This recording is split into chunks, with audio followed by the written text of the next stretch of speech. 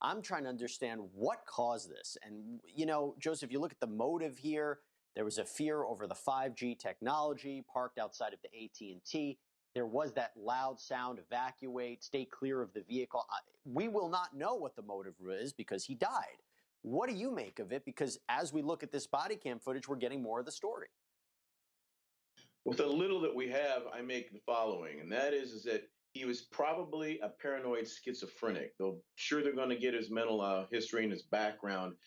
However, people who have that disease oftentimes will be very paranoid about technology, especially ones they believe are putting microchips in their head. I know it sounds crazy. However, that is a common phenomenon with that disease. When you couple that with the fact that he did it very, very early in the morning when there's very few people in an area of town that isn't congested, and he had some warnings and some stayaways. That tells you that it's not some person who is angry at the white society or, if you will, the capitalistic religion. It's somebody who is afraid of something else, but it's not people. He's not trying to kill as many people as possible because if he was, he'd have done it at a different time, in a different place, maybe at a church where there was a huge mass. There's so many other choices for someone who actually wanted to hurt and kill people that it suggests to you this is somebody who is suffering from a type of. So, Joseph, let me stick with you for a second on this because there seems to suggest could this have been prevented?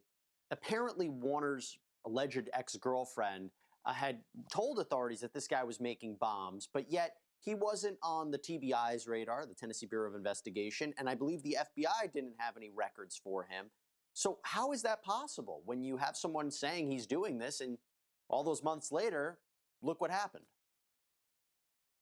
A lot of folks will fall through the cracks. A lot of the reason for that is the country's current attitude towards mental health.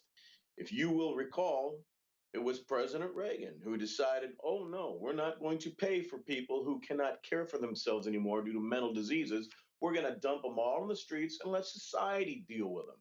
And that attitude towards mental health has been pervasive since this time. So what does that mean today? That means today you do not have a organization, a government entity, folks committed to the idea of looking for folks like this man with mental diseases and understanding what is likely to come when they have these diseases and show these symptoms and having a way to process them, work with them, treat them, get them into a facility where they're safe or they're not as harmful to others.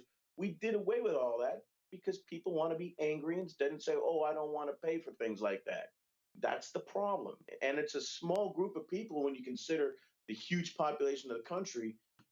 This is how it happens. And it's unfortunate and sad. We lost a life and we're no further understanding how to stop the next one from happening.